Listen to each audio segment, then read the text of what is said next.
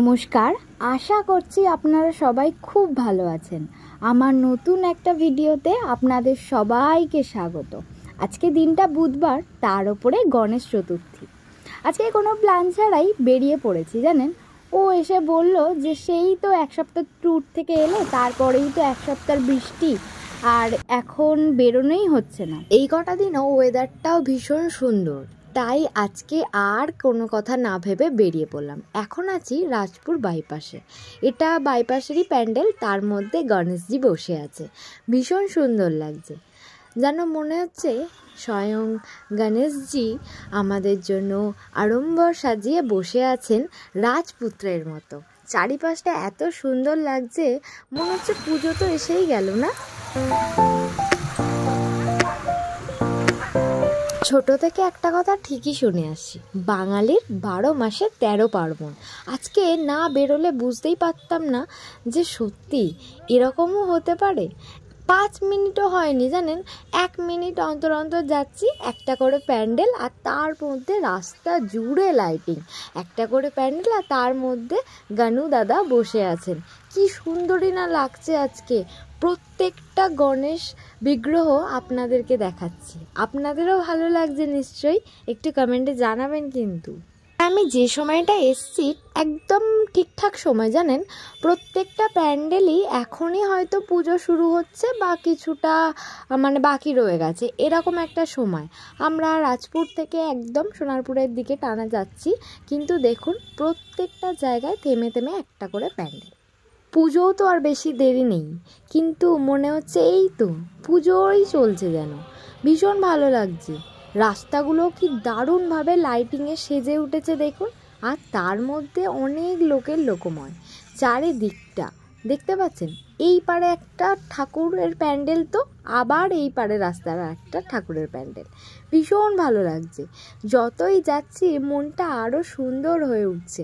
এই যে বোর্ডের লাইটিংগুলো আপনারা দেখতে পাচ্ছেন, ঠিক যেন দুর্গা পুজো বা কালী পুজো। এরকম আগে ছিল না জানেন। ছোটোবেলা থেকে একটু অন্যরকম কাটিয়েছি, কিন্তু যত দিন যাচ্ছে ততই যেন সব কিছু অন্যভাবে নতুন হয়ে উঠছে।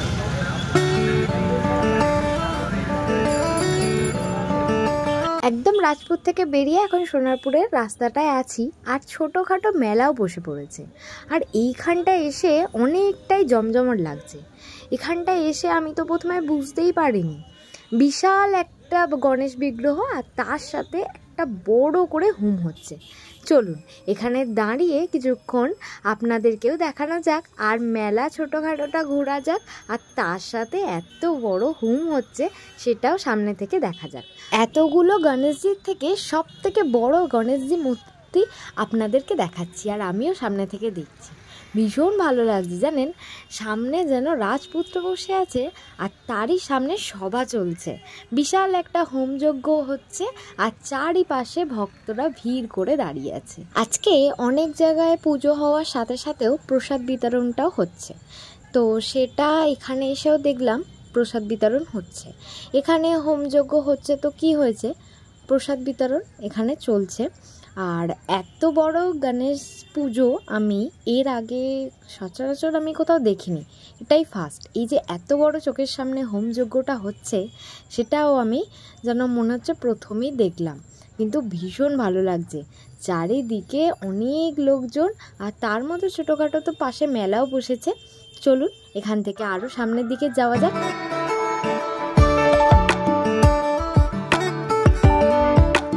থেকে আস্তে আস্তে আরও সামনের দিকটা আমরা এগিয়ে এসেছি। এটা পুরোপুরি সোনারপুরের রোড, আর চারিপাশটা ভিড়টা দেখতে পাচ্ছেন আপনারা। আর কিছু কিছু দোকানও অনেক বসেছে একদম চারিপাশটা ঘিরে। আর ওখানটার মধ্যেও একটা ছোট্ট প্যান্ডেল, তার মধ্যে গণেশজি বসে আছেন। আর এখানেও চারিদিকটা দোকান, আর তার সাথে অনেক ভিড় মানুষের। এখানটায় এসেও বেশ ভোগের একটা আয়োজন করা হয়েছে কমিটি থেকে। এখানে এসেও বেশ ভালো লাগছে, সবাই লাইন দিয়ে প্রসাদ নিচ্ছে। তাই আমি আর নিজের ধৈর্য ধরে রাখতে পারলাম না, নেমে ভোগের লাইনটা দিয়ে একটা ভোগ নিয়ে নিলাম দুজনের জন্য। ভোগের আর কি বলবো বলুন, ভোগ তো এমনিতেই ঠাকুরের প্রসাদ যেহেতু কোনো তুলনা হয় না। ভীষণ সুন্দর। ওখান থেকে এবার বাড়ি চলে আসবো যেহেতু, তাই জন্য রাতের জন্য বিরিয়ানি প্যাক করে নিচ্ছি, দুজনের জন্য 2 প্লেট। এবার বাড়ি চলে আসবে, এখন ওই 9:15 মতো বেজে গেছে, যেহেতু রাত হয়ে যাচ্ছে বাড়ি ফিরতে হবে। তাই বাড়ি ফেরার পথে বিরিয়ানি প্যাক করে আবার কেকের দোকানের সামনে একটু দাঁড়িয়ে আমার আর বোনের জন্য 2টো পেস্ট্রি নিয়ে নিলাম। বাইপাসে এসে আবার আপনাদেরকে সেই গণেশজিকে দেখিয়ে দিলাম, কারণ ভীষণ সুন্দর করেছে এই 4 মাথা বাইপাস রোডের গণেশজিটা।